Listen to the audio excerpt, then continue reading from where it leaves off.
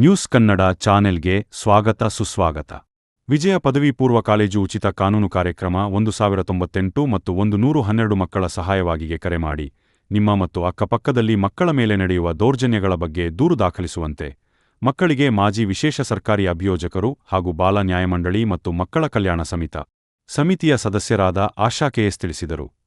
ನಗರದ ಎಸ್ಎಸ್ಪುರನ್ ರಸ್ತೆಯಲ್ಲಿರುವ ವಿಜಯ ಪದವಿ ಪೂರ್ವ ಕಾಲೇಜಿನ ಸಭಾಂಗಣದಲ್ಲಿ ಕಾನೂನು ಸೇವೆಗಳ ಪ್ರಾಧಿಕಾರ ತುಮಕೂರು ಮತ್ತು ವಿಜಯ ಪಿಯು ಕಾಲೇಜು ತುಮಕೂರು ಇವರ ಸಹಯೋಗದಲ್ಲಿ ಉಚಿತ ಕಾನೂನು ನೆರವು ಮತ್ತು ಅರಿವು ಕಾರ್ಯಕ್ರಮವನ್ನು ಉದ್ಘಾಟಿಸಿ ಅವರು ಪೋಕ್ಸೋ ಕಾಯ್ದೆ, ಬಾಲ ನ್ಯಾಯ ಮಂಡಳಿ, ಡ್ರಗ್ಸ್ ಮುಕ್ತ ಕರ್ನಾಟಕ ಮತ್ತು ಉಚಿತ ಕಾನೂನು ಸೇವೆಗಳ ಪ್ರಾಧಿಕಾರದ ಕಾರ್ಯಚಟುವಟಿಕೆಗಳನ್ನು ಉದಾಹರಣೆಗಳ ನೀಡಿದರು. 18 ವರ್ಷ ಒಳಪಟ್ಟ ಮಕ್ಕಳು ವಾಹನ ಚಲಿಸಬಾರದು, ವಿದ್ಯಾರ್ಥಿಗಳು ದುಶ್ಚಟಗಳಿಗೆ ಬಲಿಯಾಗಬಾರದು, ಕಾನೂನುಬಾಹಿರ ಚಟುವಟಿಕೆಗಳಲ್ಲಿ ಪಾಲ್ಗೊಳ್ಳಬಾರದು ಎಂದು ವಿದ್ಯಾರ್ಥಿಗಳಿಗೆ ಕಿವಿ ಮಾತು ಹೇಳಿದರು. ಈ ಸಂದರ್ಭದಲ್ಲಿ ವಿಜಯ ಪದವಿ ಪೂರ್ವ ಕಾಲೇಜಿನ ಕಾರ್ಯದರ್ಶಿಗಳಾದ ಪಣೀಶ್ ಕುಮಾರ್ ಕೆಎನ್, ನಿವೃತ್ತ ಹಿರಿಯ ಬ್ಯಾಂಕ್ ವ್ಯವಸ್ಥಾಪಕರು ಹಾಗೂ para legal volunteer KN Ramakrishnaiah, ಪ್ರಾಂಶುಪಾಲರಾದ ಧನಂಜಯ ಕುಮಾರ್ ಸೇರಿದಂತೆ ಪ್ರಾಧ್ಯಾಪಕರು ಮತ್ತು ವಿದ್ಯಾರ್ಥಿಗಳು ಉಪಸ್ಥಿತರಿದ್ದರು.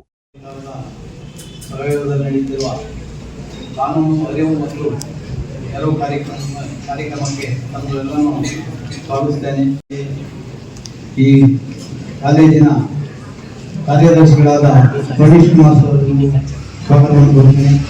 ಹಾಗೆ ಪ್ರಾಂಶುಪಾಲರಿಗೂ, ಉಪಪ್ರಾಂಶುಪಾಲರಿಗೂ, ಉಪನ್ಯಾಸಕ ವರ್ಗದವರು, ಸಿಬ್ಬಂದಿಗಳು ಮತ್ತು ವಿದ್ಯಾರ್ಥಿಗಳಾದ ನಿಮ್ಮೆಲ್ಲರಿಗೂ ಸ್ವಾಗತವನ್ನು ಬಯಸುತ್ತೇನೆ.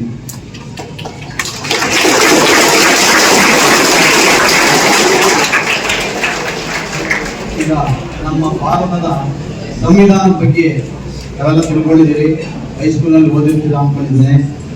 ನಮ್ಮ ಭಾರತ ಸಂವಿಧಾನವು ಪ್ರಪಂಚದ ಅತಿ ದೊಡ್ಡ ಲಿಖಿತ ಸಂವಿಧಾನವಾಗಿದೆ. ಅದನ್ನು ರಚಿಸಿದವರು ಹಾಗೂ ಅದರ ಕರ್ತೃ ಆಗಿರತಕ್ಕಂಥ ಡಾಕ್ಟರ್ BR ಅಂಬೇಡ್ಕರ್ ಅವರು. ನಮ್ಮ ಸಂವಿಧಾನದಲ್ಲಿ ಅನೇಕ ಅಧ್ಯಾಯಗಳಿವೆ. ಅದರಲ್ಲಿ ವಿಧಿಗಳಿದ್ದಾವೆ, ನಿರ್ದೇಶಕ ತತ್ವಗಳಿದ್ದಾವೆ. ಹಾಗೆ ನಮ್ಮ ಸಂವಿಧಾನದ ಆರ್ಟಿಕಲ್ 39(a) ಸಮಾನ ನ್ಯಾಯ ದೊರಕಿಸಿಕೊಡುವುದು ಮತ್ತು ಉಚಿತ ಕಾನೂನು ದೊರಕಿಸಿಕೊಡುವುದು ಅಂತ ಕೂಡ ಉಲ್ಲೇಖವಿದೆ. ಆ ನಿಟ್ಟಿನಲ್ಲಿ ನಿಯಮ 1987 ಅಡಿಯಲ್ಲಿ ಕಾನೂನು ಸೇವಾ ಪ್ರಾಧಿಕಾರವು ಪ್ರಾರಂಭವಾಗಿರುತ್ತದೆ. ಕಾನೂನು ಸೇವಾ ಪ್ರಾಧಿಕಾರವು ರಾಷ್ಟ್ರ ಮಟ್ಟದಲ್ಲಿ ರಾಷ್ಟ್ರೀಯ ಕಾನೂನು ಸೇವೆಗಳ ಪ್ರಾಧಿಕಾರ, ರಾಜ್ಯ ಮಟ್ಟದ ಕಾನೂನು ಸೇವಾ ಪ್ರಾಧಿಕಾರ ಇದೆ, ಹಾಗೂ ಜಿಲ್ಲಾ ಮಟ್ಟದಲ್ಲಿ ಜಿಲ್ಲಾ ಕಾನೂನು ಸೇವಾ ಪ್ರಾಧಿಕಾರ ಹಾಗೂ ತಾಲೂಕು ಮಟ್ಟದಲ್ಲಿ ಕಮಿಟಿಗಳಿದ್ದಾವೆ. ಕಾನೂನು ಸೇವಾ ಪ್ರಾಧಿಕಾರವು ಒಂದು ಸಾಂವಿಧಾನಿಕ ಸಂಸ್ಥೆಯಾಗಿದೆ. ಕಾನೂನು ಸೇವೆಗಳ ಅಧಿನಿಯಮ 1987 ಅಡಿಯಲ್ಲಿ ಕಾನೂನು ಸೇವೆಗಳ ಪ್ರಾಧಿಕಾರವನ್ನು ಸ್ಥಾಪಿಸಲಾಯಿತು. ಈ ಕಾನೂನು ಸೇವಾ ಪ್ರಾಧಿಕಾರವು 9 ನವೆಂಬರ್ 1995 ಜಾರಿಗೆ ಬಂದಿದೆ.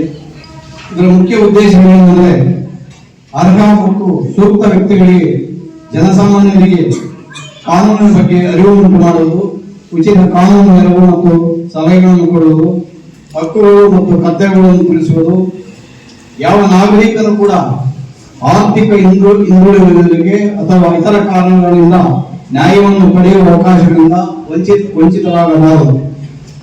ಕಾನೂನು ಎಂದರೆ ಏನು ಎಂಬುದು ಮನವರಿಕೆ ಮಾಡುವುದು, ನ್ಯಾಯಾಲಯ ಲೋಕಾದಾಲತ್ಗಳ ಮೂಲಕ ಪ್ರಕರಣಗಳನ್ನು ಇತ್ಯರ್ಥಗೊಳಿಸಿ ಜನರಿಗೆ ತ್ವರಿತವಾಗಿ ಮತ್ತು ಕಡಿಮೆ ಖರ್ಚಿನಲ್ಲಿ ನ್ಯಾಯ ದೊರಕಿಸುವುದು. ಉಚಿತ ಕಾನೂನು ಎಂದರೆ ಪ್ರಕರಣವೊಂದಕ್ಕೆ ಸಂಬಂಧಿಸಿದಂತೆ ವಕೀಲರ ಫೀಸು ಸಹಿತ ನ್ಯಾಯಾಲಯದಲ್ಲಿ ಮಾಡಬೇಕಾದ ಎಲ್ಲ ಖರ್ಚುಗಳನ್ನು ಕೋರ್ಟಿನಲ್ಲಿ ಭರಿಸಲಾಗುತ್ತದೆ. ಮತ್ತೆ ಕಾನೂನು ಬಗ್ಗೆ ಮಾಹಿತಿ ಜಾಗೃತಿ ಮೂಡಿಸುವುದು, ಸರ್ಕಾರದ ಯೋಜನೆಗಳ ಬಗ್ಗೆ ತಿಳುವಳಿಕೆ ನೀಡುವುದು, ಕಾನೂನು ಸಾಕ್ಷರತೆ ಮತ್ತು ಕಾನೂನು ಶಿಬಿರಗಳನ್ನು ಆಯೋಜಿಸುವುದು, ಲೋಕಾದಾಲತ್ಗಳನ್ನು ಆಯೋಜಿಸುವುದು, ಸಂಧಾನ ಮಧ್ಯಸ್ಥಿಕೆ ಕೇಂದ್ರವನ್ನು ಆಯೋಜಿಸುವುದು, ವ್ಯಾಜ್ಯಪೂರ್ಣ ಸಮಸ್ಯೆಗಳಿಗೆ ಪರಿಹಾರ, ಕಾನೂನು ಜಾಗೃತಿ, ಕಾನೂನು ನೆರವು, ವಿವಾದ ಪರಿಹಾರ, ಸಮಾಜ ಕಲ್ಯಾಣ. ಒಟ್ಟಿನಲ್ಲಿ ಕಾನೂನು ಆಯೋಗ ಘಟಕವನ್ನು ಒಂದೇ ಸೂರಿನಡಿ ತರುವುದು ದೇಶವಾಗಿದೆ. ಉಚಿತ ಕಾನೂನು ಪಡೆಯಲು ಯಾರ್ಯಾರು ಅಡಗಲಿದ್ದಾರೆ ಎಂದರೆ ಆರ್ಥಿಕವಾಗಿ ಹಿಂದುಳಿದವರು, ಪರಿಶಿಷ್ಟ ಜಾತಿ ಪರಿಶಿಷ್ಟ ವರ್ಗದವರು, ಮಹಿಳೆಯರು, ಮಕ್ಕಳು, ಕಾರ್ಮಿಕರು, ವಿಕಲಚೇತರು, ಮಾನಸಿಕ ಅಸ್ವಸ್ಥರು, ಸಾಮೂಹಿಕ ಕೈಗಾರಿಕಾ ದುರಂತಗಳ ಬಲಿಪಶುಗಳು, ಮತೀಯ ಕಾರಣಗಳಿಂದ ದೌರ್ಜನ್ಯಕ್ಕೆ ಬಲಿಯಾದವರು, ವಾರ್ಷಿಕ 3 ಲಕ್ಷ ಕಡಿಮೆ ಆದಾಯದ ಎಲ್ಲ ವರ್ಗದವರಿಗೂ ಉಚಿತ ಕಾನೂನು ಸೇವೆ ದೊರಕುತ್ತದೆ. ಜನಸಾಮಾನ್ಯರು ತಮ್ಮ ಸಹಾಯಕ್ಕಾಗಿ ಮತ್ತು ಸಮಸ್ಯೆಗಳಿಗೆ ಈ ಕೆಳಗಂಡ ಸಂಸ್ಥೆಗಳನ್ನು ಸಂಪರ್ಕಿಸಬಹುದಾಗಿದೆ. ಜಿಲ್ಲಾ ಕಾನೂನು ಸೇವಾ ಘಟಕ, ತಾಲೂಕು ಸೇವಾ ಕಾನೂನು ಘಟಕ ಹಾಗೂ ಸಹಾಯವಾಣಿ 1510 ಸಂಪರ್ಕಿಸಬಹುದಾಗಿದೆ. ಇದರ ಜೊತೆಗೆ ಪ್ಯಾರಾ ಲೀಗಲ್ ವಾಲಂಟಿಯರ್ಗಳನ್ನು ಸಂಪರ್ಕಿಸಬಹುದಾಗಿದೆ. PLVಗಳು ವಕೀಲರಲ್ಲ, ಆದರೆ ಜನಸಾಮಾನ್ಯರು ಮತ್ತು ಕಾನೂನು ಸಂಸ್ಥೆಗಳ ನಡುವೆ ಸೇತುವೆಯಾಗಿ ಕಾರ್ಯನಿರ್ವಹಿಸುತ್ತಾರೆ. ಸಲಹೆ ಸೂಚನೆಗಳನ್ನು ನೀಡುತ್ತಾರೆ, ಸಹಾಯ ಮಾಡುತ್ತಾರೆ. ಇವರು ವಕೀಲರು ಮತ್ತು ಸರ್ಕಾರದ ನಡುವೆ ಸೇತುವೆಯಾಗಿ ಕಾರ್ಯನಿರ್ವಹಿಸುತ್ತಾರೆ. ಇನ್ನೊಂದು ವಿಷಯ ಏನಂದ್ರೆ, ಈಗ ಬರ್ತ್ ಸರ್ಟಿಫಿಕೇಟ್, ಡೆತ್ ಸರ್ಟಿಫಿಕೇಟ್ ಬಗ್ಗೆ ತಮಗೆಲ್ಲ ಗೊತ್ತೇ ಇದೆ. ಬರ್ತ್ ಸರ್ಟಿಫಿಕೇಟ್ ಯಾಕೆ ಮಾಡಿಸ್ಬೇಕು ಅಂತಂದ್ರೆ, ನೀವು ಕಾಲೇಜ್ ಸೇರಕ್ಕಾಗಲಿ, ವೋಟರ್ ಐಡಿ ಮಾಡೋಕ್ಕಾಗಲಿ, ಆಧಾರ್ ಕಾರ್ಡ್ ಮಾಡೋಕ್ಕಾಗಲಿ, ನೀವು ಕೆಲಸ ಸೇರಬೇಕಾಗಲಿ ಬಹಳ ಇಂಪಾರ್ಟೆಂಟ್ ಆಗಿದೆ. ಹಾಗೆ ಡೆತ್ ಸರ್ಟಿಫಿಕೇಟ್ ನಿಮ್ಮಲ್ಲಿ ನಿಮ್ಮ ವಾರದಾರ ಯಾರಾದರೂ ಬ್ಯಾಂಕಲ್ಲಿ ಅಕೌಂಟ್ ಇರುತ್ತೆ, ಅದನ್ನು ಕ್ಲೈಮ್ ಮಾಡಬೇಕಾದ್ರೆ death certificate is A must. ಹಾಗಾಗಿ ಡೆತ್ ಸರ್ಟಿಫಿಕೇಟ್ ಮತ್ತು ಬರ್ತ್ ಸರ್ಟಿಫಿಕೇಟ್ ಬಗ್ಗೆ ತಾವು ತಮಗೆ ಗೊತ್ತಿರೋರಿಗೆ ತಿಳುವಳಿಕೆ ನೀಡಿ, ಡೆತ್ ಅಥವಾ ಬರ್ತಾದ 1 ತಿಂಗಳೊಳಗಾಗಿ ನೀವು ನಿಮ್ಮ ಮುನ್ಸಿಪಾಲಿಟಿಗೆ ಅರ್ಜಿ ಸಲ್ಲಿಸುವ ಮೂಲಕ ಪಡೆಯಬಹುದು. ಅಥವಾ ಇದು ಏನು ಪಂಚಾಯಿತಿ ಮಟ್ಟದಲ್ಲಿ ಕಾರ್ಯದರ್ಶಿಗಳನ್ನ ಸಂಪರ್ಕಿಸಿ ನೀವು ಪಡೆಯಬಹುದು. ಇಲ್ಲ ಅಂದ್ರೆ ಮತ್ತೆ ಕೋರ್ಟ್ಗೆ ಹೋಗಿ ಅದೆಲ್ಲನು ಸುಮಾರು ಡಿಲೇ ಆಗ್ತದೆ, ಮತ್ತೆ ಪ್ರೋಸೆಸ್ ಫೀಸು ಅದೆಲ್ಲ ಮಾಡಬೇಕಾಗ್ತದೆ, ಕಟ್ಟಬೇಕಾಗ್ತದೆ. ಅದರಿಂದ ಇದ್ರ ಬಗ್ಗೆ ತಮಗೆ ತಿಳಿದಿರಲಿ ಅಂತ ಹೇಳ್ತಾ ಇದ್ದೇನೆ. ಮತ್ತು ನೀವು 18 ವರ್ಷ ವಯಸ್ಸಾದವರು ವ್ಯಾಲಿಡ್ ಡ್ರೈವಿಂಗ್ ಲೈಸೆನ್ಸ್ ಹೊಂದಿರುವುದು ಕಡ್ಡಾಯವಾಗಿದೆ. 18 ವರ್ಷದೊಳಗೆ ಯಾರಾದರೂ ವ್ಯಾಲಿಡ್ ಡ್ರೈವಿಂಗ್ ಲೈಸೆನ್ಸ್ ಇಲ್ಲದೆ ಗಾಡಿ ಓಡಿಸಿ ವೆಹಿಕಲ್ ಡ್ರೈವ್ ಮಾಡಿ ಏನಾದರೂ ಅನಾಹುತಗಳಾದರೆ ನಿಮಗಲ್ಲದೆ ನಿಮ್ಮ ಪೇರೆಂಟ್ಸು ಕೂಡ ತೊಂದರೆ ಆಗ್ತದೆ ಕಾನೂನಿನಲ್ಲಿ. ಆದ್ರಿಂದ ತಾವು ಇವೆಲ್ಲ ವಿಷಯವನ್ನು ತಿಳಿದಿರಬೇಕು ಅಂತ ಹೇಳ್ತಾ ನನ್ನ 2 ಮಾತುಗಳನ್ನು ಮುಗಿಸ್ತೇನೆ. ಈ ದಿನ ನಮ್ಮ ಜಿಲ್ಲಾ ಕಾನೂನು ಸೇವಾ ಪ್ರಾಧಿಕಾರದ ಸದಸ್ಯ ಕಾರ್ಯದರ್ಶಿಗಳಾದ ರೂಪೇಶ್ ಮೇಡಮ್ ಅವರ ಬದಲಿಗೆ ಅವರ ಉಪಸ್ಥಿತಿಯಲ್ಲಿ ನಾನು ಈ ಕಾರ್ಯಕ್ರಮಕ್ಕೆ ಬಂದಿದ್ದೇನೆ.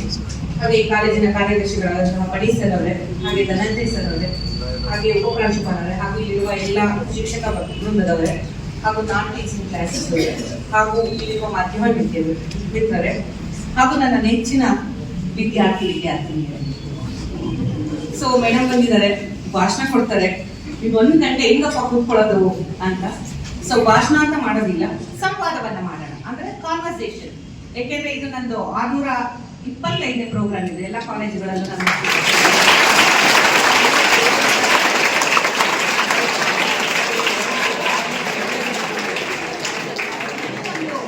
ನನ್ನ ಕಾಲೇಜು ಬಗ್ಗೆ ನನಗೆ ಹೆಮ್ಮೆ ಏನಂದ್ರೆ, ನನ್ನ ಮಕ್ಕಳು ಇದೇ ಕಾಲೇಜಲ್ಲಿ 2017 ನಲ್ಲಿ ಸೊ ಪಣಿ ಸರ್ ಮತ್ತೆ ಧನಂಜಯ್ ಸರ್ ಅವರ ನಿಮ್ಮ ಉಪಪ್ರಾಂಶುಪಾಲರ ಸ್ಟೂಡೆಂಟ್ ಆಗಿ ಇಲ್ಲಿ ಓದಿದ್ದಂತಹಳು. ಅದು ನನಗೆ ತುಂಬಾ ಹೆಮ್ಮೆ ಇದೆ.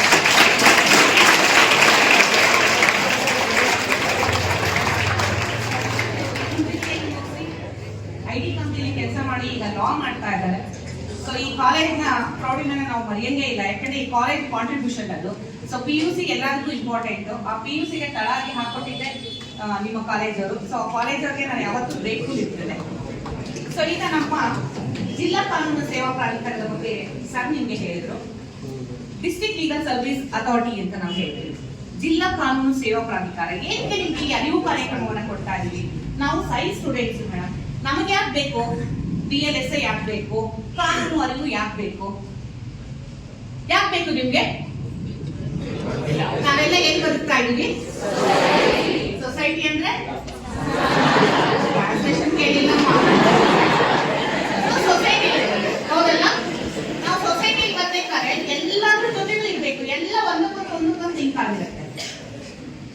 ಹಾಗಾಗಿ ಕಾನೂನು ನಮ್ಮ ಜೊತೆಯಲ್ಲೇ ನಡೀತಾರೆ. ನಾನು ಮುಖ್ಯವಾಗಿ ಇವತ್ತು 4 ಟಾಪಿಕ್ ಬಗ್ಗೆ ಮಾತಾಡ್ತೇನೆ. ಸೊ ಒಂದು ಪೋಕ್ಸೋ ಕಾಯ್ದೆ ಅಂತ ನೀವು ಕೇಳಿದ್ರಿ. ಸೊ ಅದ್ರ ಬಗ್ಗೆ ನಾನು ಹೇಳ್ತಾ ಹೋಗ್ತೀನಿ. ನೆಕ್ಸ್ಟ್ ಜೆ ಆಕ್ಟ್ ಅಂತ ಬಾಲ ನ್ಯಾಯ ಮಂಡಳಿ ಅಂತ ಹೇಳಿದ್ರು, ಕೇಳಿದಿರಾ ಯಾರಾದ್ರೂ? ಜುನೈಲ್ ಜಸ್ಟಿಸ್ ಬೋರ್ಡ್ ಅಂತ ಕೇಳಿದ್ದೀರಾ? ಅದೊಂದು. ನೆಕ್ಸ್ಟ್ ಅದರಲ್ಲೇ ಬರುವಂತಹ ಡ್ರಗ್ಸ್ ಮುಕ್ತ ಭಾರತ ಕರ್ನಾಟಕ ತುಮಕೂರು ಒಂದು. ನೆಕ್ಸ್ಟ್ ನಮ್ಮ ಜಿಲ್ಲಾ ಕಾನೂನು ಸೇವಾ ಪ್ರಾಧಿಕಾರ. ಸೊ ಈ 4 ಟಾಪಿಕ್ ನ ತಗೊಳ್ತೀನಿ. ಸ್ವಲ್ಪ ಶಾರ್ಟ್ ಫಾರ್ಮ್ ಅಲ್ಲೇ ಹೇಳ್ತೀನಿ, ನಿಮ್ಮ ಟೈಮ್ ಅನ್ನ ಜಾಸ್ತಿ ಕಿಲ್ ಮಾಡೋದು. ಪೋಕ್ಸೋ ಕಾಯ್ದೆ ಅಂತ ಕೇಳಿದ್ದೀರಾ? ಏನು ಪೋಕ್ಸೋ ಅಂದ್ರೆ protection of child from sexual offences act. ಸುಮ್ಮನೆ ಎಲ್ಲರೂ ಹೇಳ್ತಾರೆ ಪೋಕ್ಸೋ ಆಕ್ಟ್. ಓದಿದಾರ ಯಾರಾದ್ರು? ಏನ್ ಹಾಗಂದ್ರೆ ಮಕ್ಕಳ ಮೇಲೆ ನಡೆಯುವ ಲೈಂಗಿಕ ದೌರ್ಜನ್ಯ. ಮಕ್ಕಳು ಅಂದ್ರೆ ಯಾರು? ಸರಿ, ಹೆಣ್ಮಕ್ಳ? ಮಕ್ಕಳು ಅಂದ್ರೆ ಯಾರು? ಎಲ್ಲರೂ ಸೇರ್ತೀರಾ? ಎಷ್ಟು ವರ್ಷದೊಳಗಿರೋರು? 18 years. ಒನ್ ಡೇ ಬಿಫೋರ್ ಆದ ಏನಾದ್ರು ಇನ್ಸಿಡೆಂಟ್ ಮಗು ಅಂತ ಹೇಳ್ತೀವೋ ಅಥವಾ ಎಲ್ಡರ್ ಅಂತ ಹೇಳ್ತೀವೋ? ಹೌದಾ? ಅತಿ ಹೆಚ್ಚು ಲೈಂಗಿಕ ದೌರ್ಜನ್ಯ ಯಾರ ಮೇಲೆ ನಡೆಯುತ್ತೆ? ಗಂಡು ಮಕ್ಕಳ ಮೇಲೆ, ಹೆಣ್ಮಕ್ಳ ಮೇಲೆ? ಜೋರಾಗಿ ಹೌದಾ?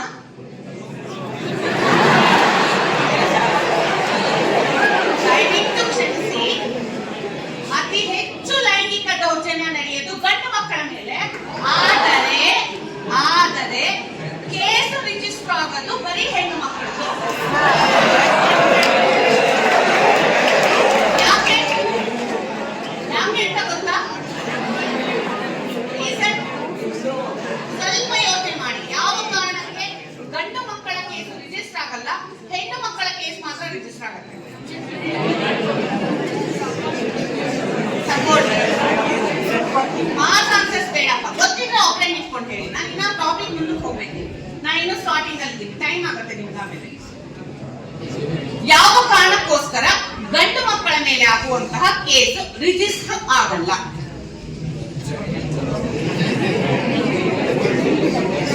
ನಮ್ಮ ಸೊಸೈಟಿ ಗಂಡು ಮಕ್ಕಳಿಗೆ ಒಂದು ಪ್ರಾಶಸ್ತ್ಯವನ್ನ ಕೊಡ್ತಾರೆ ಮನೆಯಲ್ಲಿ, ಹೌದಾ?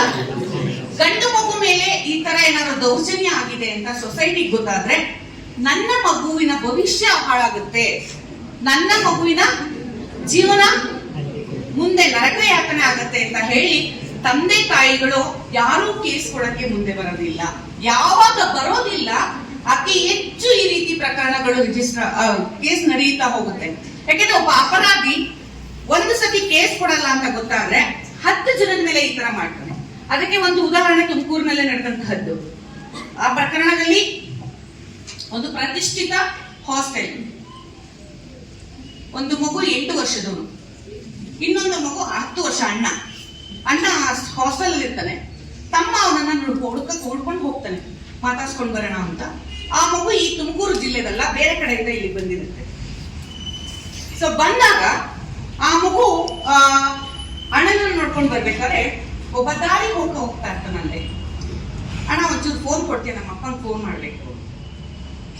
ಸೊ ಕೆಲವು ಹಾಸ್ಟೆಲ್ಗಳಲ್ಲಿ ಫೋನ್ ಫೆಸಿಲಿಟೀಸ್ ಇರಲ್ಲ, ನಿಮಗೆ ಗೊತ್ತಿದೆ. ಆ ಮಗು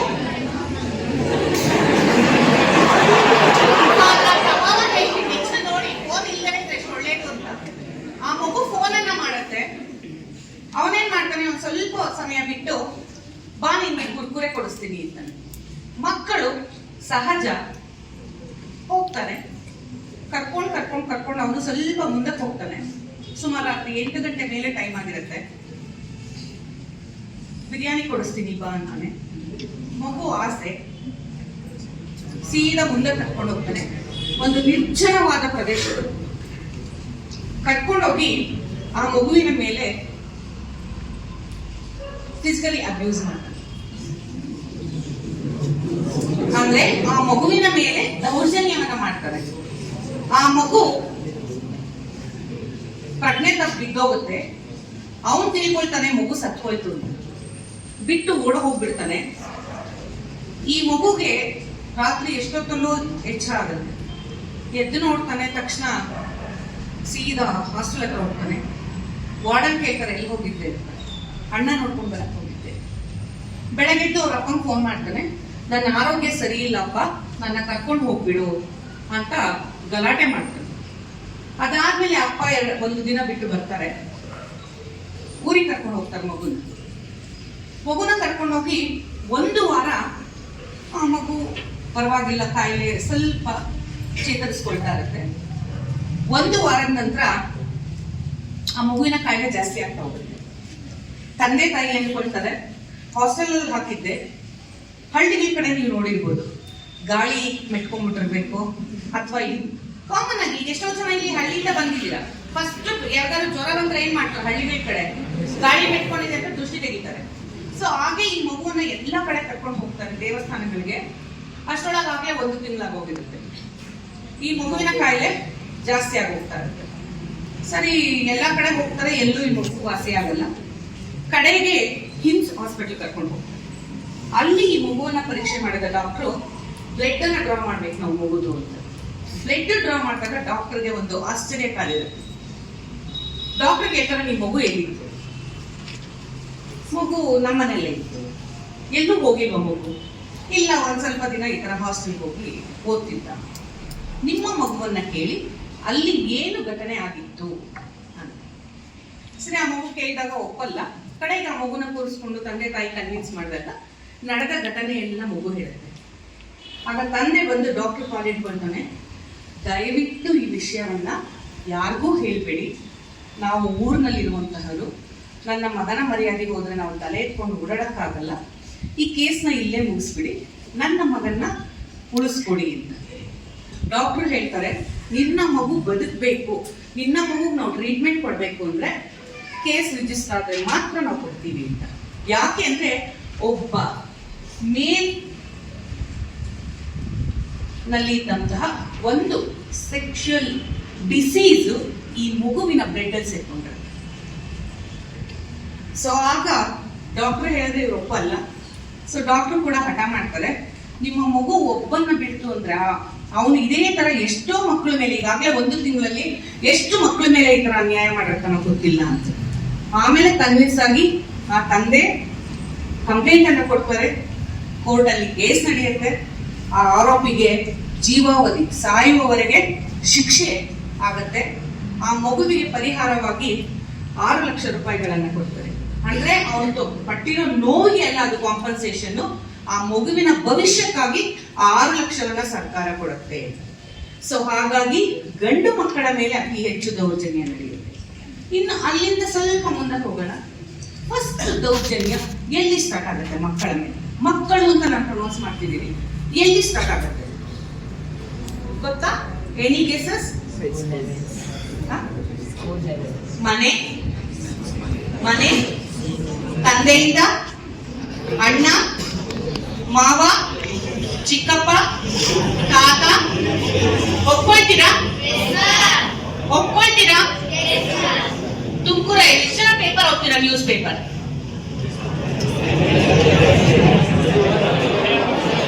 ಇದುವರೆಗೂ ನಾನು 3 ವರ್ಷಗಳ ಕಾಲ ವಿಶೇಷ ಸರ್ಕಾರಿ ಅಭಿಯೋಜಕರಾಗಿ ಪೋಕ್ಸೋ ನ್ಯಾಯಾಲಯದಲ್ಲಿ ಕೆಲಸ ಮಾಡಿದ್ದೀನಿ. ಎಷ್ಟು ಅಪರಾಧಿಗಳಿಗೆ ಶಿಕ್ಷೆ ಆಗಿದೆ ಅಂತ ಪ್ರತಿದಿನ ನ್ಯೂಸ್ ಪೇಪರ್ ಅಲ್ಲಿ ಬರೋದು. ಯಾರು ಓದಿದ್ದೀರಾ? ಸುಮಾರು 86 ಅಪರಾಧಿಗಳಿಗೆ ಶಿಕ್ಷೆಯನ್ನು ಕೊಡಿಸಿದ್ದೀವಿ.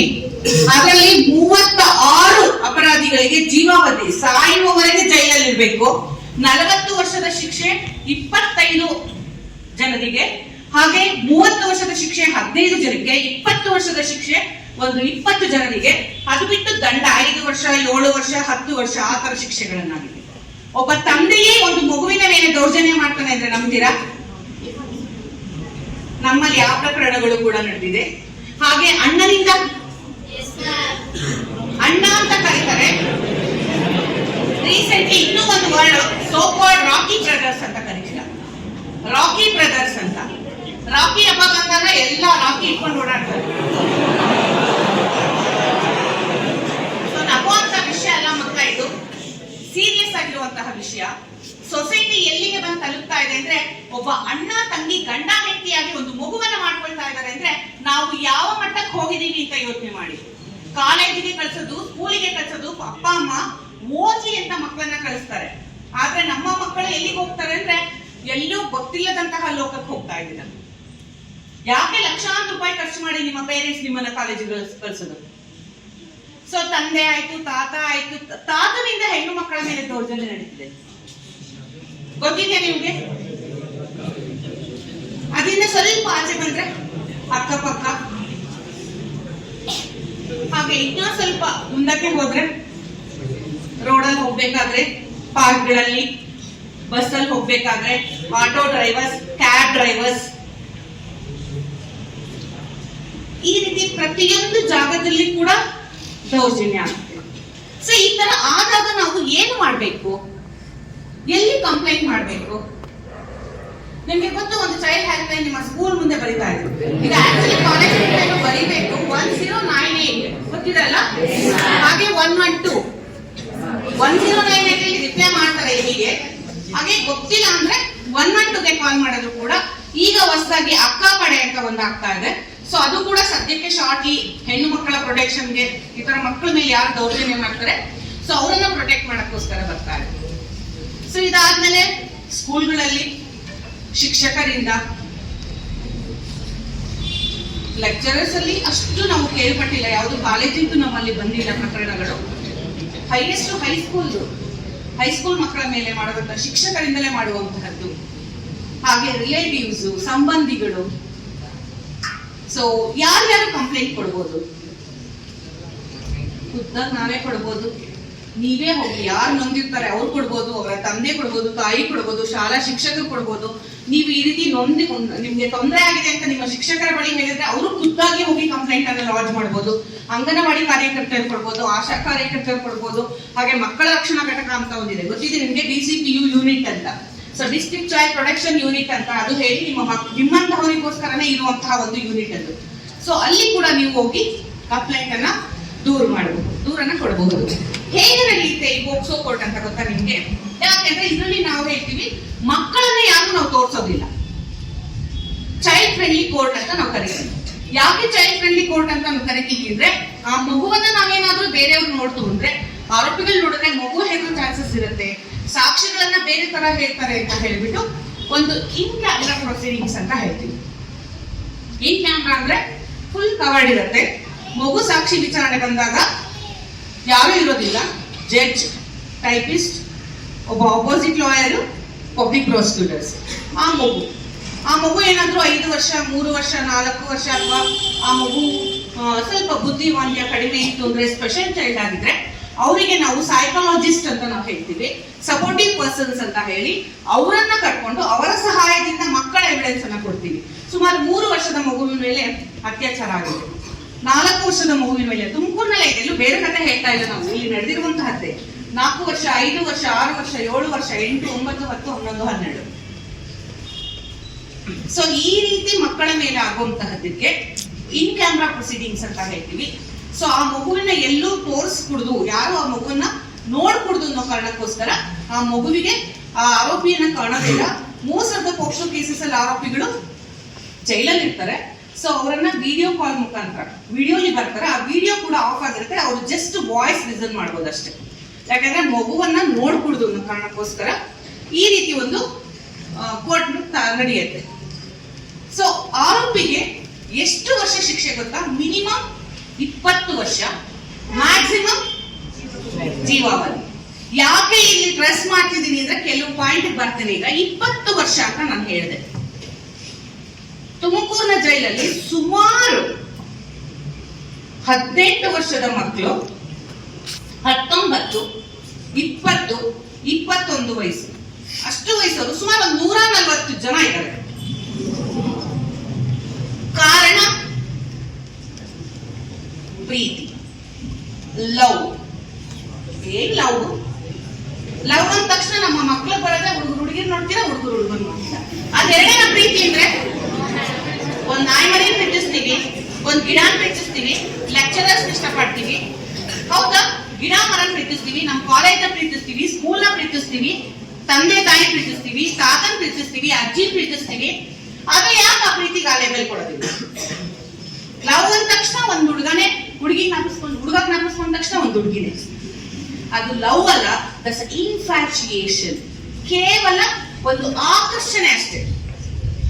ಈಗ ನೀವು ಈ ಒಂದು 10th ಇಂದ ಏನು ಒಂದು 15 to 16, I think 16 to 18 years ಏನು ನಿಮ್ಮ ಈ ಲೈಫ್ ಇದೆ, ಇದು ಕ್ರೂಷಿಯಲ್ ಲೈಫ್ ನಿಮ್ಗೆ. ಯಾಕೆ ನಿಮ್ಗೆ ಈ ಅರಿವನ್ನ ನಾವು ಕೊಡ್ತಾ ಇದ್ದೀವಿ ಅಂದ್ರೆ, ದಿನ ಬೆಳಗ್ಗೆ ನಾವು ಪ್ರಕರಣಗಳನ್ನ ನೋಡ್ತೀವಿ. ನಿಮ್ಮಂತ ಮುಗ್ಧ ಮಕ್ಕಳಲ್ಲಿ ಬಂದು ನಿಂತ್ಕೊಂಡು ನಮಗೂ ಅಷ್ಟೇ ಸಂಕಟ ಆಗುತ್ತೆ. ಯಾಕಂದ್ರೆ 18 ವರ್ಷ 20 ವರ್ಷ ಜೈಲು ಅಂದ್ರೆ 38 ವರ್ಷ ಒಳಗಡೆ ಜೈಲಿಂದ ಆಚೆ ಬರೋಷ್ಟೊತ್ತಿಗೆ ನಿಮಗೆ ಕೆಲಸ ಸಿಗುತ್ತಾ? ಈಗಿರೋ ಸಿಚುವೇಶನ್ ಅಲ್ಲಿ ಈಗ ಇಂಜಿನಿಯರಿಂಗ್ ಮಾಡೋರಿಗೆ ಕೆಲಸ ಇಲ್ಲ. ಇನ್ನು 38 ವರ್ಷ ಅಂದ್ರೆ 20 ವರ್ಷ ಜೈಲಲ್ಲಿ ಬಂದ್ರೆ ಕೆಲಸ ಕೊಡ್ತಾರ? ನಿಮ್ಮ ಲೈಫ್ ಇಸ್ ಫೈಲ್ ಲವ್ ಅಂತ ಹೋದ್ರೆ. ಇನ್ನೂ ಒಂದು, ನಮ್ಮ ಹೆಣ್ಮಕ್ಳು ಏನ್ ಮಾಡ್ತಾರೆ, ಬರೋವರೆಗೂ ಗಂಡು ಮಕ್ಕಳ ಜೊತೆ ಹೋಗ್ತಾರೆ, ಅಲ್ಲಿ ಒಂದೇ ಒಂದು ವರ್ಡ್ ಸೇರಿಸ್ತಾರೆ, ಬಲವಂತವಾಗಿ ನನ್ನನ್ನು ಕರೆದುಕೊಂಡು ಹೋಗಿ ಬಲವಂತವಾಗಿ ನನ್ನ ಮೇಲೆ ಲೈಂಗಿಕ ದೌರ್ಜನ್ಯ ಮಾಡ್ದ. ಒಂದೇ ಒಂದು ಸ್ಟೇಟ್ಮೆಂಟ್ ಹುಡುಗಿ ಕೊಟ್ರೆ ನಿಮ್ಮ ಕತೆ. ಸೊ ಹಾಗಾಗಿ ನೀವು ಹೇಗೆ ಕೇಳಿ, ದಯವಿಟ್ಟು ಹೆಣ್ಣು ಮಕ್ಕಳ ಸಹವಾಸಕ್ಕೆ ಹೋಗ್ಬೇಡಿ ಮಕ್ಕಳ. ಕಾನೂನು ತುಂಬಾ ಸ್ಟ್ರಿಕ್ಟ್ ಆಗಿದೆ. ಈವನ್ ಹೆಣ್ಣು ಮಕ್ಕಳು ಕೂಡ ಅಷ್ಟೇ ಪರ್ಜುರಿ ಕೇಸ್ ಹಾಕೋದು, ಸುಳ್ಳು ಕಂಪ್ಲೇಂಟ್ ಅನ್ನ ಕೊಟ್ಟರೆ. ಸೊ ಇಬ್ರಿಗೂ ಕೂಡ ಇದು ಅನ್ವಯಿಸುತ್ತೆ. ಹಾಗಾಗಿ ಇಲ್ಲಿ ನಿಮ್ಗೆ ಯಾಕೆ ಕಾನೂನು ಅರಿವನ್ನ ನಾವು ಕೊಡ್ತಾ ಇದೀವಿ ಅಂತಂದ್ರೆ, ಎಚ್ಚೆತ್ಕೊಳ್ಳಿ. ಆ ತರ ಇತ್ತು ಅಂದ್ರೆ ಪ್ರೀತಿ ಪ್ರೇಮ ಅಂತ ಸಣ್ಣ ಮಕ್ಕಳನ್ನ ಕರ್ಕೊಂಡು ಹೋಗೋ ಬುದ್ಧಿ ಏನಾದ್ರು ನಿಮ್ಮಲ್ಲಿ ಇದ್ರೆ, ಅಥವಾ ಆ ತರ ಮನ್ಸು ಏನಾದ್ರು ಇದ್ರೆ, ದಯವಿಟ್ಟು ಇವತ್ತು ಇಲ್ಲಿಗೆ ಬಿಟ್ಟು ಬಿಡಿ. ಯಾಕಂದ್ರೆ ಹೆಣ್ಣು ಮಕ್ಕಳನ್ನ ಕರ್ಕೊಂಡು ಹೋಗೋದಾಗ್ಲಿ, ಅವ್ರನ್ನ ಎಲ್ಲೋ ಕರ್ಕೊಂಡು ಹೋಗಿ ಬರ್ತೀವಿ, ನಮ್ಮ ಮಾವನ ಮನೇಲಿ ಬಿಡ್ತೀನಿ, ಅತ್ತೆ ಮನೇಲಿ ಬಿಡ್ತೀನಿ, ಚಿಕ್ಕಮ್ಮನ ಮನೇಲಿ ಬಿಡ್ತೀನಿ, ದಯವಿಟ್ಟು ಬೇಡ. ಹೆಣ್ಣು ಮಕ್ಕಳಿಗೆ ಬೆಲೆಯನ್ನ ಕೊಡಿ. ಹೆಣ್ಣು ಮಕ್ಕಳ ಮಾಯನ್ನ ಬಿಟ್ಟಬೇಡಿ. ಅಕಸ್ಮಾತ್ ಯಾವ್ದಾರು ಹುಡುಗಿ ನಾನ್ ಪ್ರೀತಿಸ್ತೀನಿ, ಕರ್ಕೊಂಡು ಹೋಗೋ, ಹಠ ಮಾಡ್ತೀನಿ, ನಾನು ಆಗ ಮಾಡ್ಕೊಂಡ್ಬಿಡ್ತೀನಿ, ಹೀಗ್ ಮಾಡ್ಕೊಳ್ತೀನಿ ಅಂದ್ರೆ ಒಂದಷ್ಟು ಬುಕ್ಸ್ ಅನ್ನ ತಗೊಂಡ್ ಬಂದ್ ಕೊಡಿ ಅವ್ರಿಗೆ.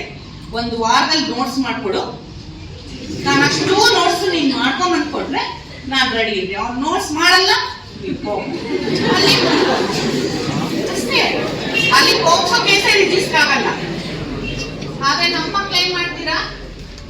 ಖಂಡಿತ ಬೇಡ ಮಕ್ಕಳ. ನಿಮ್ಮ ತಂದೆ ತಾಯಿ ಯಾಕೆ ಹೇಳ್ತಾ ಇದೀವಿ ಅಂದ್ರೆ, ನಿಮಗೆ ಇದು ಕೇಳಿದ್ರೆ ಏನೋ ಹೇಳ್ತಾ ಇದಾರೆ ಮೇಡಮ್ ಅಂತ. ನಿಜವಾಗಿ ನಡೆದಿರುವಂತಹ ಘಟನೆ ಬಗ್ಗೆ ನಾವು ಹೇಳ್ತಾ ಇರೋದು. ನಿಮ್ಮ ತಂದೆ ತಾಯಿ ಕೂಲಿ ನಾಲಿ ಮಾಡಿ ನಿಮ್ಮನ್ನ ಒಳ್ಳೆ ಪ್ರತಿಷ್ಠಿತ ಕಾಲೇಜುಗಳು ಕಳಿಸ್ತಾ ಇದ್ದಾರೆ. ಆದ್ರೆ ನೀವಿಲ್ಲಿ ಓದಿ ಒಳ್ಳೆ ಸ್ಕೋರ್ ಮಾಡಿ, ನಡೆದು 22 ವಯಸ್ಸು, 18ರಿಂದ 22 ವಯಸ್ಸಿಗೆ ಈ ಕುದುರೆಗೆ ಮುಖವಾಡ ಹಾಕ್ತಾರೆ. ಗೊತ್ತಾ ಯಾಕೆ ಹಾಕ್ತಾರೆ? ಆ ಕಡೆ ಹಸಿರು ಉಳ್ಕೊಂಡ್ರೆ ಓಡ್ಬಿಡುತ್ತೆ. ಹಾಗಾಗಿ ಅಲ್ಲಿ ಹೋಗ್ಬೇಡ್ರಪ್ಪ, ಸ್ಟ್ರೈಟ್ ಆಗಿ ಹೋಗುವಂತ ಕುದುರೆಗೆ ಹಾಕ್ತಾರೆ. ನೀವು ಅಷ್ಟೇ ನಿಮ್ ಅದಂತ ಮುಖವಾಡ ಹಾಕೊಂಡ್ ಬನ್ನಿ ಅಂತ ಹೇಳ್ತಾ ಇಲ್ಲ. ಆ ತರ ನಿಮ್ಮ ಮನಸ್ಸನ್ನ ಗಟ್ಟಿ ಮಾಡಿ 18ರಿಂದ 22, ಅದಾದ್ಮೇಲೆ ನಿಮ್ಮ ಲೈಫ್, ನಿಮ್ಮ ದುಡಿಮೆ ಇರುತ್ತೆ. ನೀವ್ ಯಾರನ್ನಾರು ಪ್ರೀತಿಸಿ ಸಾಯವರೆಗೂ ಪ್ರೀತಿಸ್ಬೋದು ಕಣ್ರಿ. ಒಂದ್ ಆಯಸ್ಸು ಲೈಫ್ ಸ್ಪ್ಯಾನ್ ಒಂದು 40 ವರ್ಷ ಅಂತ ಇಟ್ಕೊಳ್ರಿ.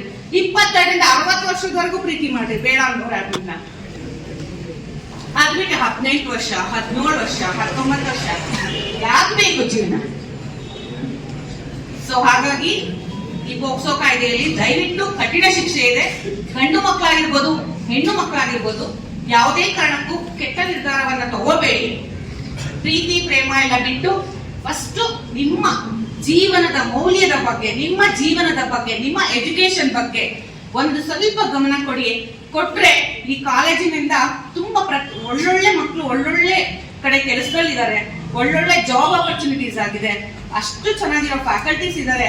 ಯಾಕಂದ್ರೆ ಅದಕ್ಕೆ ಉದಾಹರಣೆ ನನ್ನ ಮಗಳು ಕೂಡ ಅಷ್ಟೇ. ಫಸ್ಟ್ PU ಬಂದಾಗ ಅವಳು ಅಷ್ಟು ಓದ್ತಾ ಇರ್ಲಿಲ್ಲ, ಕಾಲೇಜ್ನಲ್ಲಿ ಟ್ರೈನ್ ಅಪ್ ಮಾಡಿದೆ.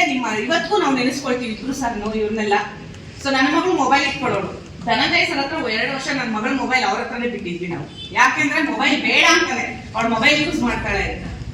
ಸೊ ಹಾಗಾಗಿ ಇವತ್ತು ಒಳ್ಳೊಳ್ಳೆ ಕೆಲಸಕ್ಕೆ ಹೋಗ್ತಾ ಇದ್ದಾರೆ. ಬರೀ ನನ್ನ ಮಗಳು ಅಂತ ಅನ್ನೋ ಪ್ರಶ್ನೆ ಅಲ್ಲ, ಈ ಕಾಲೇಜಿನಲ್ಲಿ ಓದಿರುವಂತಹ ಪ್ರತಿಯೊಂದು ಮಕ್ಕಳು ಕೂಡ ಒಂದು ಒಳ್ಳೆ ಮಟ್ಟಕ್ಕೆ ತಲುಪಿದ್ದಾರೆ. ಸೊ ಹಾಗಾಗಿ ನೀವು ಎಲ್ಲರೂ ನಿಮ್ಮ ಭವಿಷ್ಯ ಚೆನ್ನಾಗಿದೆ, ದಯವಿಟ್ಟು ನಿಮ್ಮ ಮಾಸ್ಟರ್ಗಳು, ನಿಮ್ಮ ಲೆಕ್ಚರರ್ಸ್ ಹೇಳೋ ಮಾತನ್ನ ಕೇಳಿ ನಿಮ್ಮ ಭವಿಷ್ಯವನ್ನ ರೂಪಿಸ್ಕೊಳ್ಳಿ. ನಿಮ್ಮ ಭವಿಷ್ಯ ಆದ್ಮೇಲೆ ಪ್ರೀತಿ ನಿಮಗೋಸ್ಕರ ತುಂಬಾ ವರ್ಷ ಕಾಯ್ತಾ ಇರುತ್ತೆ, ಎಲ್ಲೂ ಹೋಗಲ್ಲ. ನಿಜವಾದ ಪ್ರೀತಿ ಅಂತಂದ್ರೆ 20 25 ವರ್ಷ ಆದ್ರೂ ಕಾಯ್ತಾರೆ ಮಕ್ಕಳು. ಸೊ ಹಾಗಾಗಿ ಪೋಕ್ಸೋ ಕಾಯ್ದೆ ಬಗ್ಗೆ ಇಷ್ಟ ನಾನು ಹೇಳ್ತಾ ಇದ್ದೀನಿ. ನೆಕ್ಸ್ಟ್ ಬಾಲ ನ್ಯಾಯ ಕಾಯ್ದೆ ಅಂತ ಬಂದಿದೆ. ಎಷ್ಟು ಜನ ಇಲ್ಲಿ ಬಿಲೋ 18 ಎಲ್ಲ ಬಿಲೋ 18 ಅಲ್ಲ? ಎಷ್ಟು ಜನ ವೆಹಿಕಲ್ ರೈಡ್ ಮಾಡ್ತೀರಪ್ಪ? ಕಾರ್ ಡ್ರೈವ್ ಎಷ್ಟು ಜನ ಮಾಡ್ತೀರಾ? Please raise your hands. ಎಷ್ಟಪ್ಪ, ಏನು ತೊಂದರೆ ಇಲ್ಲ. ಎಷ್ಟು ಜನ ಕಾರ್ ಡ್ರೈವ್ ಮಾಡ್ತೀರಾ? ಅಲ್ಲಿ ತುಂಬಾ ಜನ ಕೈ ಎತ್ತೀರಿ. ಟೂ ವೀಲರ್ಸ್ ಒಂದು ಫೋಟೋ ತಗೊಳ್ಳಿ. ಯಾಕೆಂದ್ರೆ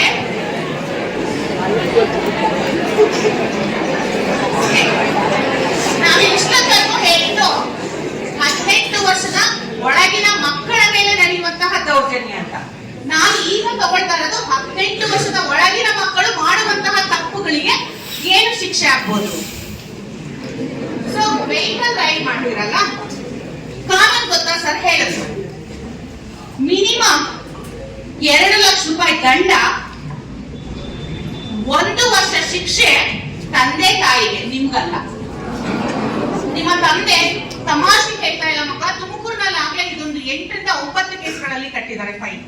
ಆಮೇಲೆ 750 CCTV ಕ್ಯಾಮೆರಾಗಳನ್ನ ಹಾಕಿದ್ದಾರೆ ನಮ್ಮ RTO ಅವರು, ನಮ್ಮ ಟ್ರಾಫಿಕ್ ಪೊಲೀಸ್ ಅವರು. ನಿಮಗೆ ಗೊತ್ತಿಲ್ಲ, ಹೆಲ್ಮೆಟ್ ಇಲ್ಲದೆ ಓಡಾಡ್ತಾ ಇರ್ತೀರಾ, ನಿಮಗೆ ಗೊತ್ತಿಲ್ಲ, ಕ್ಯಾಪ್ಚರ್ ಆಗ್ತಾ ಇರುತ್ತೆ, ನಿಮ್ಮ ಮನೆಗೆ ನೋಟಿಸ್ ಬರುತ್ತೆ. ಯಾವತ್ತು ಬರುತ್ತೆ ಗೊತ್ತಿಲ್ಲ ಅದು. ಸೊ ನಿಮ್ಮ ತಂದೆ ತಾಯಿಗೆ ಬರುತ್ತೆ, ನಿಮ್ಮ ಗಾಡಿ ಸಮೇತ ನಿಮ್ಮ ಫೋಟೋ ವಿತ್ ನಿಮ್ಮ ಏನು ನಂಬರ್ ಇರ್ತದೆ ನಿಮ್ದು ಗಾಡಿದು. ಯಾಕೆ ನಿಮ್ಗೆ 18 ವರ್ಷದೊಳಗಡೆ ಗಾಡಿ ಓಡಿಸಬಾರ್ದು ಅನ್ನೋದು, ಅದಕ್ಕೆ ಅಂತ ಬಾಲ ನ್ಯಾಯ ಮಂಡಳಿ ಇದೆ, ಜೂನಲ್ ಜಸ್ಟಿಸ್ ಬೋರ್ಡ್ ಅಂತ ಇದೆ. ಅಲ್ಲಿ 18 ವರ್ಷದ ಮಕ್ಕಳು ಮಾಡುವಂತಹ ತಪ್ಪುಗಳನ್ನ ಸರಿ ಮಾಡೋದಕ್ಕೆ ರಿಫಾರ್ಮೇಟಿವ್ ಅಂತ ಕರಿತೀವಿ. ಅಂದ್ರೆ ಯಾವ ಮಕ್ಕಳು ಉದ್ದೇಶಪೂರ್ವಕವಾಗಿ ತಪ್ಪನ್ನ ಮಾಡೋದಿಲ್ಲ, ಆ ತಪ್ಪನ್ನ ತಿದ್ದುವುದಕ್ಕೋಸ್ಕರ ಆ ಒಂದು ಬಾಲ ನ್ಯಾಯ ಮಂಡಳಿ ಇದೆ. ಅಲ್ಲಿ 3 ಸದಸ್ಯ ನ್ಯಾಯಾಧೀಶರು ಇರ್ತಾರೆ, 3 ಜನ ಕೂತಿರ್ತಾರೆ. ಸೊ 2 ಗೌರವ ಸದಸ್ಯರು ಇರ್ತಾರೆ, ಒಬ್ರು ಜಡ್ಜ್ ಇರ್ತಾರೆ. ಅಲ್ಲಿ ಮನೆ ಕರ ಇರುತ್ತೆ.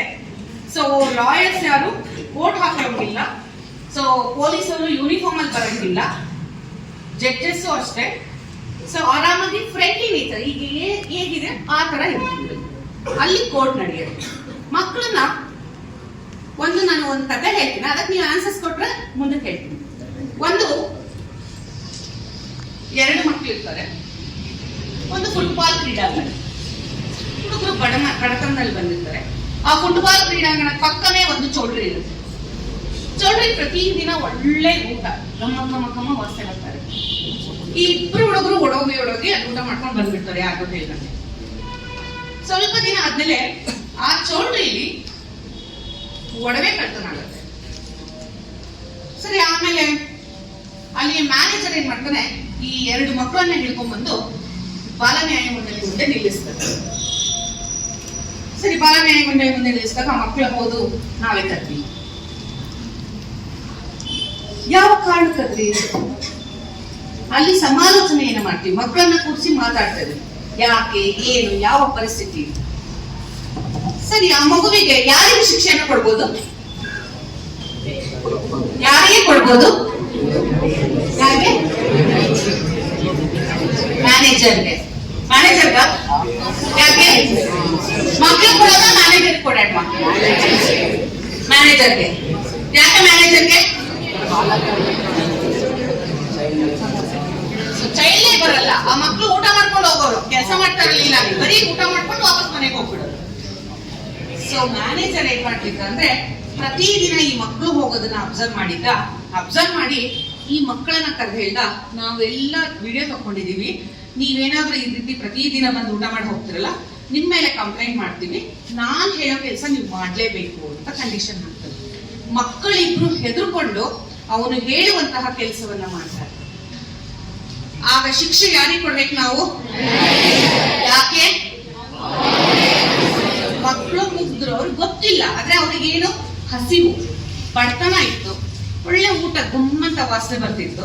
ಸೊ ಹಾಗಾಗಿ ಆ ಮ್ಯಾನೇಜರಿಗೆ ಬೈದು ಕಡೆಗೆ ಆ ಮಕ್ಕಳಿಗೆ ಒಂದು ಬುದ್ಧಿವಾದವನ್ನ ಹೇಳಿದಾಗ ಆ ಮಕ್ಕಳು ತಿದ್ದುಕೊಂಡು ಚೆನ್ನಾಗಿದ್ದಾರೆ. ಈಗ 2 ಮಕ್ಕಳು ಕೂಡ ಸಾಫ್ಟ್ವೇರ್ ಇಂಜಿನಿಯರ್ ಆಗಿ ವರ್ಕ್ ಮಾಡ್ತಾ ಇದ್ದಾರೆ.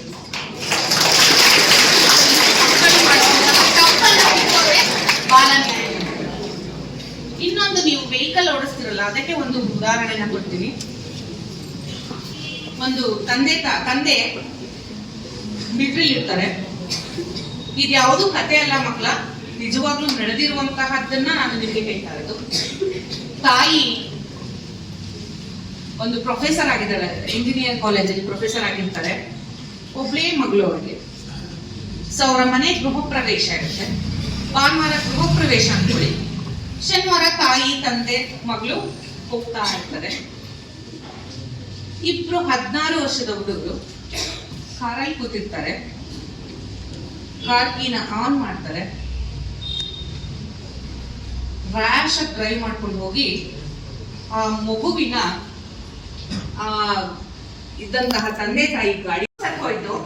ಏನು ಶಿಕ್ಷೆ ಏನು ಅವ್ರನ್ನ ಪರಿವರ್ತನೆ ತಗೊಳ್ಳೋಣ, ಅವ್ರನ್ನ ರಿಮ್ಯಾಂಡ್ ಹೋಮ್ ಇಲ್ಲ OH ಅಬ್ಸರ್ವೇಷನ್ ಹೋಮ್ ಅಂತ ಕರಿತೀವಿ.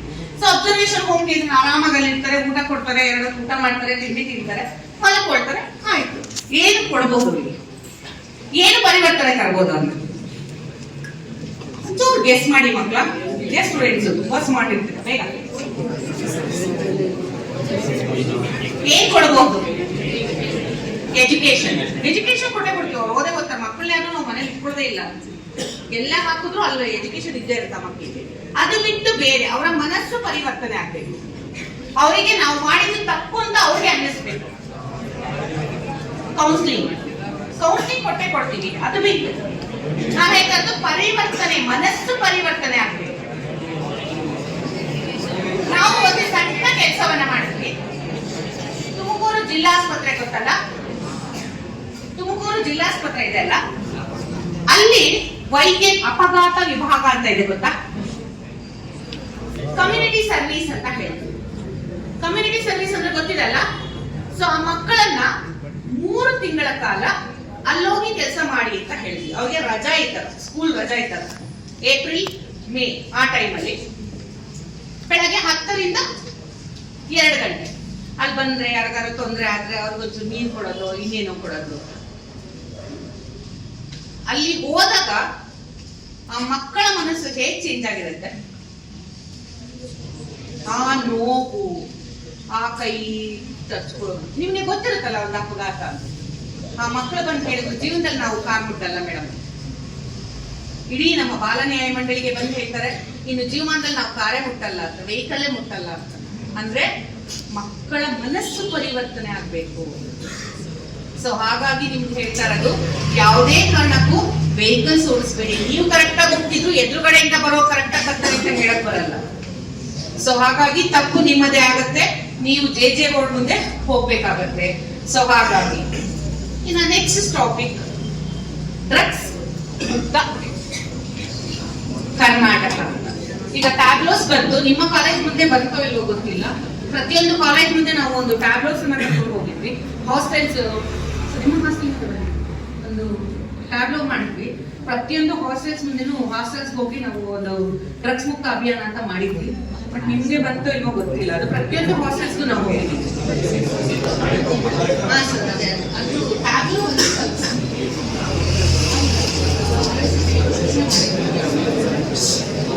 ಕಾನೂನು ಸೇವಾ ಪ್ರಾಧಿಕಾರ ಅಂದ್ರೆ ಯಾಕೆ ನಿಮಗೆ ಹೇಳ್ತಾ ಇದ್ದೀವಿ ಅಂದ್ರೆ, ಇಲ್ಲಿ ಸುಮಾರು ಹಳ್ಳಿಯಿಂದ ಮಕ್ಕಳು ಬರ್ತೀರ ಕಾಲೇಜಿಗೆ.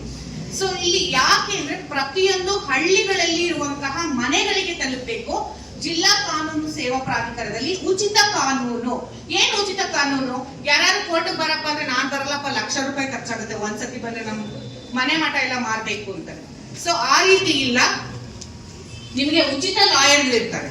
ಸುಮಾರು 20ರಿಂದ 25 ಜನ ಉಚಿತ ಲಾಯರ್ಗಳನ್ನ ಪ್ಯಾನಲ್ ಅಡ್ವೊಕೇಟ್ ಆಗಿ ಗೌರ್ಮೆಂಟ್ ಅಪಾಯಿಂಟ್ ಮಾಡ್ಕೊಂಡಿರುತ್ತೆ ಜಿಲ್ಲಾ ಕಾನೂನು ಸೇವಾ ಪ್ರಾಧಿಕಾರಕ್ಕೆ. ಅಲ್ಲಿರುವ ಪ್ರತಿಯೊಬ್ಬ ಲಾಯರ್ಗಳು ಕೂಡ ಉಚಿತವಾಗಿ ಒಂದೇ ಒಂದು ರೂಪಾಯಿ ಕೂಡ ನಿಮ್ಮ ಹತ್ರ ತಗೊಳ್ಳೋದಿಲ್ಲ. ತಗೊಳ್ದೆ ಫ್ರೀ ಕನ್ಸಲ್ಟೇಷನ್ ಕೊಡ್ತಾರೆ, ಫ್ರೀ ಆಗಿ ಕೇಸ್ ಅನ್ನ ಕೂಡ ನಡೆಸ್ತಾರೆ. ಈವನ್ ಆರೋಪಿಗಳಿಗೂ ಕೂಡ, ಆರೋಪಿ ನಾನು ಬಡವ, ನನಗೆ ನಡ್ಸಕ್ಕಾಗಲ್ಲ, ದುಡ್ಡು ಕೊಡಕ್ಕಾಗಲ್ಲ ಲಾಯರ್ಗೆ ಅಂತ ಒಂದು ಸತಿ ಕೋರ್ಟ್ ಅಲ್ಲಿ ರಿಕ್ವೆಸ್ಟ್ ಮಾಡಿದ್ರೆ ಅವರಿಗೂ ಕೂಡ ಸರ್ಕಾರದಿಂದ ಉಚಿತವಾದಂತಹ ಲಾಯರ್ನ ಸೇವೆ ಒದಗಿಸ್ತಾರೆ. ಹಾಗೇನೆ ಪಬ್ಲಿಕ್ಸ್, ವಯಸ್ಸಾದಂತಹವರು, ಮಕ್ಕಳು, ಹೆಣ್ಣು ಮಕ್ಕಳಿಗೆ ಮತ್ತೆ 3 ಲಕ್ಷಕ್ಕಿಂತ ಕಡಿಮೆ ಆದಾಯ ಇರುವಂತಹವರು. ಈಗ ನೀವು ಹಳ್ಳಿಲಿ ಇದೀವಿ ಮೇಡಮ್, ನಾವು ಡಿಸ್ಟ್ರಿಕ್ಟ್ ಬರಕ್ಕಾಗಲ್ಲ ಅಂದ್ರೆ ತಾಲೂಕು ಸೇವಾ ಪ್ರಾಧಿಕಾರ ಅಂತ ಇರುತ್ತೆ, ಅಲ್ಲಿಗೆ ಒಂದು ಅರ್ಜಿಯನ್ನ ಕೊಟ್ರೆ ಅವರು ನಿಮ್ಗೆ ಅಲ್ಲಿ ಸೇವೆಯನ್ನ ಒದಗಿಸ್ತಾರೆ. ಅಲ್ಲಿಲ್ಲ ನೀವು ಸಿಟಿಲೇ ಇದೀವಿ, ಜಿಲ್ಲೆಯಲ್ಲಿ ಇದೀವಿ ಇದ್ರೆ ಇಲ್ಲಿ ಕೂಡ ಕೊಡ್ತಾರೆ. ಹೈಕೋರ್ಟ್ ಅಲ್ಲಿ ಇದೆ ಕೇಸು ಅಂದ್ರೆ ಹೈಕೋರ್ಟ್ಗೆ ಕೂಡ ನಮ್ಮ ಕರ್ನಾಟಕ ಜಿಲ್ಲಾ ಸೇವಾ ಪ್ರಾಧಿಕಾರದವರು 4,000 ಇದ್ದಾರೆ. ಅಲ್ಲಿಂದ ಮೇಲೆ ಹೋದ್ರೆ 4,000 ಕೂಡ ಇದ್ದಾರೆ. ಸೊ ಹಾಗಾಗಿ ನಾವು ಏನು ನಮ್ಮ ನೂರಿನ ಮೇಡಮ್ ಅಂತ ಹೇಳಿದ್ರು, ಅವ್ರು ಬಂದಿದ್ರೆ ಇನ್ನೂ ನಿಮ್ಗೆ ವಿವರವಾಗಿ ಇದ್ರ ಬಗ್ಗೆ ಜಿಲ್ಲಾ ಕಾನೂನು ಸೇವಾ ಪ್ರಾಧಿಕಾರದ ಬಗ್ಗೆ ಕೇಳೋರು. ಸೊ ಮೇಡಮ್ ಆರೋಗ್ಯ ಇಲ್ಲದ ಕಾರಣ ಅವರ ಅನುಪಸ್ಥಿತಿಯಲ್ಲಿ ನಾನಿವತ್ತು ಬಂದು ನಿಮ್ಮ ಜೊತೆ ಇಷ್ಟು ಹೊತ್ತು ನನಗೆ ಗೊತ್ತಿರೋದನ್ನ ನಿಮ್ಮ ಬಗ್ಗೆ ಹಂಚ್ಕೊಂಡಿದ್ದೀನಿ. ಸೊ ನಿಮ್ಗೆ ಯಾರಿಗಾದ್ರೂ ಏನಾದ್ರೂ ಡೌಟ್ಸ್ ಇತ್ತು ನಿಮ್ಮ ಬಗ್ಗೆ ಅಂತಾನೆ ನಾನು ಹೇಳ್ತಾ ಇಲ್ಲ, ನಿಮ್ಮ ಸರೌಂಡಿಂಗ್ ಅಲ್ಲಿ ನಾನು ಯಾಕೆಂದ್ರೆ ಯಾವುದೇ ಶಾಲೆಗೆ ಹೋದ್ರು ಯಾರು ಫಸ್ಟ್ ಹೇಳೋದಿಲ್ಲ ಏನು. ಸೊ ನಿಮ್ಮ ಹೆಸರನ್ನ ಹೇಳ್ಬೇಡಿ, ನಿಮ್ಮ ಗೊತ್ತಿರೋಂತವರಿಗೆ ಯಾರಿಗಾದ್ರೂ ತೊಂದರೆ ಆಗಿದೆ ಅಂದ್ರೆ ದಯವಿಟ್ಟು ಆತರ ಇದ್ರೆ ಒಂದೆರಡು ಚೀಟಿಗಳನ್ನ ಬರ್ಕೊಡಿ. ನಿಮ್ಮ ಹೆಸರು ಬರಿಬೇಡಿ, ನಿಮ್ಮ ಕ್ಲಾಸ್ ಬರಿಬೇಡಿ, ಏನೂ ಬರಿಬೇಡಿ. ಅಥವಾ ಪ್ರಶ್ನೆ ಏನಾದ್ರು ಕೇಳ್ಬೇಕಂದ್ರೆ ಇಲ್ಲೇ ಓಪನ್ ಆಗಿ ಕೇಳಿ. ಸೊ ಅಟ್ಲೀಸ್ಟ್ ಒಂದು 10 ಜನನಾದ್ರೂ ನಮ್ಮ ಕಡೆಯಿಂದ ಒಳ್ಳೆ ದಾರಿಗೆ ತರುವಂತಹ ಪ್ರಯತ್ನವನ್ನ ನಾವು ಮಾಡೋಣ. ನಮ್ಮ ಜಿಲ್ಲಾ ಕಾನೂನು ಸೇವಾ ಪ್ರಾಧಿಕಾರದ ಉದ್ದೇಶ ಅದೇ, ಉಚಿತ ಕಾನೂನನ್ನ ಕೊಡುವಂತಹದ್ದು ಮತ್ತು ಕಾನೂನಿನ ಅರಿವನ್ನ ಪ್ರತಿಯೊಂದು ಶಾಲಾ ಕಾಲೇಜುಗಳಲ್ಲಿ ಕೊಡುವುದು ನಮ್ಮ ಉದ್ದೇಶ ಆಗಿದೆ. ಸೊ ಹಾಗಾಗಿ ನಿಮ್ಗೆ ಯಾರಿಗಾದ್ರೂ ಆತರ ಏನಾದ್ರೂ ತೊಂದರೆ ಇದೆ ಅಂದ್ರೆ ದಯವಿಟ್ಟು ನನ್ನ ಪ್ರಶ್ನೆ ಮಾಡಬಹುದು. ಸೊ ನಾನು ಉತ್ತರವನ್ನ ಕೊಡ್ತೀನಿ. ಇಷ್ಟು ಹೊತ್ತು ನನಗೆ ಮಾತಾಡೋದಕ್ಕೆ ಟೈಮ್ ಕೊಟ್ಟಿದ್ದೀರಾ. ಸೊ ಹಾಗಾಗಿ ಎಲ್ರಿಗೂ ಕೂಡ ನಾನು ಧನ್ಯವಾದಗಳನ್ನ ಹೇಳ್ತೀನಿ. ನನ್ನ ಮಾತಾಡ್ತೀನಿ.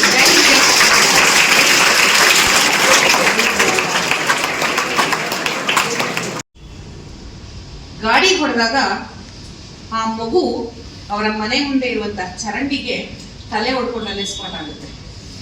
ಒಂದು ತಂದೆ ಒಂದ್ ಕಡೆ ಬಿದ್ದಿರ್ತಾರೆ, ತಾಯಿ ಒಂದ್ ಕಡೆ ಬಿದ್ದಿರ್ತಾರೆ. ಏನೂ ತಪ್ಪನ್ನ ಮಾಡದಂತಹ ಹುಡುಗಿ ಜೀವ ಕಳ್ಕೊಳ್ಳು, ಯಾರ ಜೀವ ವಾಪಸ್ ಕೊಡ್ತಾರೆ? ನಾನ್ ಕೊಡಕ್ಕಾಗತ್ತಾ? ನೀವು ಕೊಡಕ್ಕಾಗತ್ತಾ? ಯಾರ್ದು ತಪ್ಪಿಲ್ಲಿ? ತಪ್ಪು ಯಾರ್ದು? ಮಕ್ಕಳ ಈ ಕೊಟ್ಟಂತಹ ತಂದೆ ತಾಯಿಗೆ ನಾನು ಕಾಲೇಜಲ್ಲಿ ದಯವಿಟ್ಟು ನಿಮ್ಮನ್ನ ರಿಕ್ವೆಸ್ಟ್ ಮಾಡ್ಕೊಳ್ತೀನಿ ಸರ್, ನಿಮ್ಮ ಪೇರೆಂಟ್ಸ್ ಮೀಟಿಂಗ್ ಇದ್ದಾಗ ಅವರ ತಂದೆ ತಾಯಿಗೆ ಸ್ಥಿರವಾಗಿ ಮಾಡಿ. ನಮ್ಮಲ್ಲಿ ಸ್ವಲ್ಪ ಪೇರೆಂಟ್ಸ್ ಒಂದು ಹೆಮ್ಮೆ, ನನ್ನ ಮಗ ನೋಡು ಅಲ್ಲಿ ನಮ್ಮ ಈ ಏರಿಯಾಗಳಲ್ಲೆಲ್ಲ ಓಡಿಸ್ತಾ ಇರ್ತಾರೆ, ಎಷ್ಟು ಸಣ್ಣ ಮಕ್ಕಳಿಗೆ ಬೆಳಗ್ಗೆ ಗಾಡಿಗಳು ಕೊಡ್ತಾರೆ. ನನ್ನ ಮಗ ನೋಡು ಎಷ್ಟು ಚೆನ್ನಾಗಿ, ನಾನು ಅಡ್ಡ ಹಾಕ್ಬಿಟ್ಟು ನಿಲ್ಲಿಸ್ಬಿಟ್ಟು ಬೈಬಿಟ್ಟು ಹೋಗ್ತೀನಿ. ಕೊಟ್ರೆ ಫೋಟೋ ತಗೊಂಡು ನಾನು ಈವನ್ ಫೋಟೋಸ್ ಕೂಡ ತಗೊಂಡಿದ್ದೀನಿ ಎಷ್ಟೋ ಜನದ್ದು. ನಾನು ಕಂಪ್ಲೇಂಟ್ ಮಾಡ್ತೀನಿ ಅಂದ್ರೆ ನೀವ್ ಯಾರಿಗೆ ಕೇಳಕ್ಕೆ ಅಂದ್ರು, ಪಬ್ಲಿಕ್ ಅಂತ ಹೇಳಿದ್ದೀನಿ. ಹೌದು, ಒಬ್ಬ ನಾನ್ ಹೇಳೋದು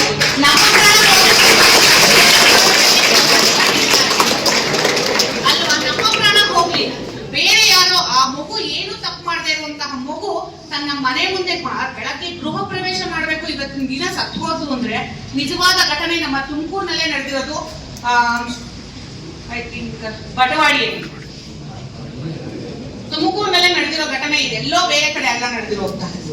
ಸೊ ಹಾಗಾಗಿ ಯಾಕೆ 18 ವರ್ಷ ಅಂತ ನಿಮ್ಗೆ ಲಿಮಿಟ್ ಮಾಡಿದ್ದಾರೆ ಅಂದ್ರೆ ನಿಮ್ಮ ವಯಸ್ಸು ಅಷ್ಟು ನಿಮಗೆ ಆ ಒಂದು ಗಾಡಿಯನ್ನ ಓಡಿಸುವಂತಹ ಕೆಪಾಸಿಟಿ ಇಲ್ಲ ಅನ್ನೋ ಕಾರಣಕ್ಕೆ 18 ವರ್ಷ ಅಂತ ಒಂದು ಲಿಮಿಟ್ ಮಾಡಿದ್ದಾರೆ.